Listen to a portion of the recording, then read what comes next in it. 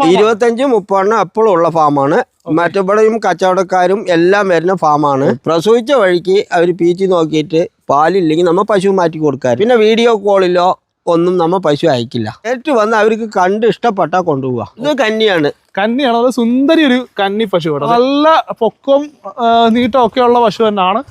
ഇതിനിപ്പോ എത്ര ദിവസം ഉണ്ട് ചേട്ടാ? ഇതൊരു 15 ദിവസം പിടിക്കും. 15 ദിവസം കണ്ടത്. മടി കാര്യങ്ങളൊക്കെ ഇനി ഇറങ്ങാനുണ്ട്. 20 ലിറ്റർ പാല് പൊന്നുമാരി കിട്ടുന്ന പശു 3-ാം പേറാണ്. ഫാമുകാർക്കും പറ്റും, വീട്ടുകാർക്കും പറ്റും. ഉരുണ്ട പശു മടി കാമ്പ് എല്ലാം നല്ല വൃത്തി.